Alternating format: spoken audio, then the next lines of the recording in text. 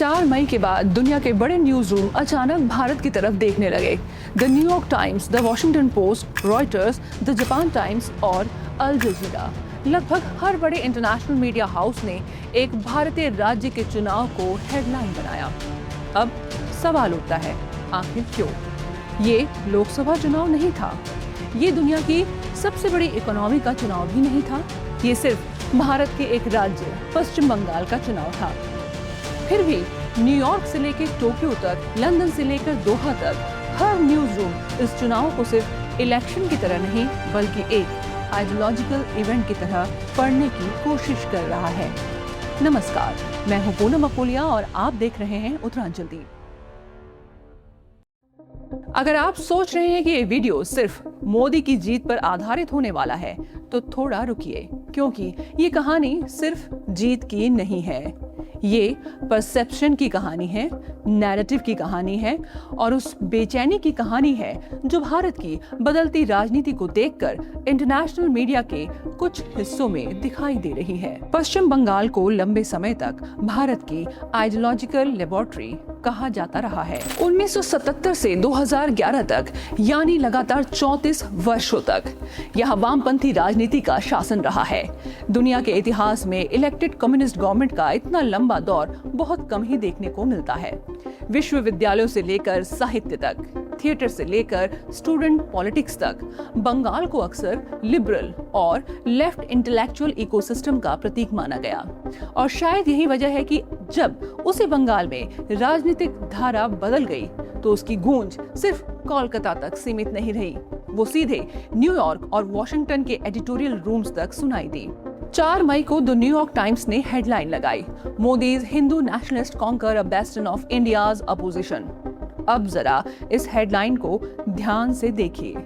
BJP का full form है Bharatiya Janata party, लेकिन इंटरनेशनल मीडिया बार बार उसे हिंदू नेशनलिस्ट पार्टी क्यों लिख रहा है? यही से शुरू होती है नैरेटिव की असली राजनीति। एक नजरिए से देखें तो ये मोदी और बीजेपी की ताकत की स्वीकारोक्ति है, लेकिन दूसरे नजरिए से देखें तो हेडलाइन के भीतर एक चिंता भी छिपी दिखाई देती है। चिंता इस बात की कि भारत में हिंदू आइडेंटिटी अब ओपनली पॉलिटिकल आइडेंटिटी बनती जा रही है। याद कीजिए, जब नरेंद्र मोदी से एक प्रतिष्ठित इंटरनेशनल मीडिया संस्थान ने पूछा था कि क्या वे हिंदू नेशनलिस्ट है, और उस समय प्रधानमंत्री नरेंद्र मोदी का क्या जवाब था, देखिए। I am a born Hindu, nothing is wrong, so I am a Hindu nationalist, so you can say yes I am a Hindu nationalist because I am a born Hindu. अब वही नैरेटिव जिसे कभी फ्रिंज कहा जाता था, इंटरनेशनल मीडिया उसे मेन स्ट्रीम पॉलिटिक फोर्स की तरह देख रहा है। और यही शायद पश्चिमी मीडिया सर्कल की सबसे बड़ी बेचैनी है, क्योंकि दशकों तक दुनिया ने भारत को ऐसे देश के रूप में देखा है जहां caste politics, minority vote bank और कोलिजन कंपल्शन ही सत्ता तय करते हैं। लेकिन अब तस्वीर बदल रही है। पहले रीजनल पार्टीज ने कांग्रेस का डोमिनेंस तोड़ा और अब बीजेपी कई रीजनल स्ट्रॉन्ग होल्ड्स को चुनौती दे रही है। यानी भारत की राजनीति कांग्रेस सिस्टम से निकलकर न्यू पॉलिटिकल कंसोलिडेशन की तरफ बढ़ती जा रही है। द वॉशिंगटन पोस्ट लिखता है, another major BJP victory underscores how resilient the Hindu nationalist movement has become. यहाँ ध्यान देने वाली बात मूवमेंट शब्द है। मतलब अब बीजेपी को सिर्फ एक पॉलिटिकल पार्टी नहीं बल्कि एक लंबे वैचारिक आंदोलन की तरह इंटरनेशनल मीडिया देख रहा है।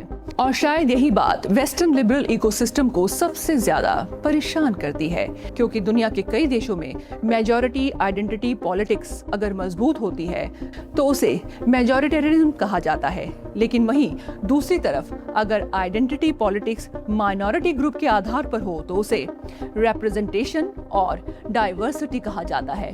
यही डबल स्टैंडर्ड भारत की नियति में रहा है। अमेरिका में पॉलिटिशियंस बाइबल पर हाथ रखकर ओथ लेते हैं। रिपब्लिकन पार्टी को ओपनली क्रिश्चियन कंजर्वेटिव सपोर्ट मिलता है। ब्रिटेन की बात करें तो वहां पर चर्च समर्थित कंजर्वेटिव वोटर्स ओपनली मौजूद हैं। लेकिन भारत में अगर बहुसंख्यक समाज एकजुट होकर वोट करे तो अचानक डेमोक्रेसी पर डिबेट शुरू हो जाती है। द न्यूयॉर्क टाइम्स ने एक और आर्टिकल लिखा, where have Modi's rival gone, India under one party. The New York times की चिंता है कि इंडिया अंडर वन पार्टी। अब इसे दो नजरिए से देखते हैं।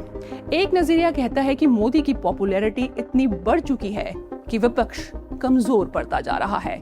दूसरा नजरिया कहता है कि इंटरनेशनल मीडिया ये दिखाने की कोशिश कर रहा है कि Bharat one party dominant democracy बनता जा रहा है। लेकिन सवाल ये भी है कि क्या भारत में पहली बार ऐसा हो रहा है? जवाहरलाल नेहरू लगभग 17 साल तक प्रधानमंत्री रहे। इंदिरा गांधी का दौर भी लंबे डोमिनेंस का दौर रहा। उस समय इंटरनेशनल मीडिया ने इंडिया को वन पार्टी डेमोक्रेसी कहकर इतनी चिंता नहीं जताई। तो क्या आज की चिंता सिर्फ डेमोक्रेसी की है या फिर आइडियोलॉजिकल डिस्कम्फर्ट ज्यादा बड़ा फैक्टर है? अल जजीरा ने 2 हफ्तों में कई एडिटोरियल पीस प्रकाशित किए। किसी में बीजेपी की जीत को हेजिमोनिक पावर कहा गया, तो किसी में माइनॉरिटीज को लेकर चिंता जताई गई, तो कहीं इसे इंडियाज लास्ट कम्युनिस्ट स्पेस के कोलैप्स की तरह देखा गया। वहीं जापान टाइम्स ने इसे रिकॉर्ड पॉलिटिकल विक्ट्री बताया। यानी हर न्यूज रूम अपने अपने आइडियोलॉजिकल लेंस से भारत को इस समय पढ़ रहा है। लेकिन सबसे दिलचस्प बात यह है कि आज भारत की राजनीति सिर्फ भारत तक सीमित नहीं रह गई है। अब दुनिया भारत को सिर्फ एक मार्केट नहीं बल्कि एक राइजिंग सिविलाइजेशन स्टेट की तरह देखने लगी है।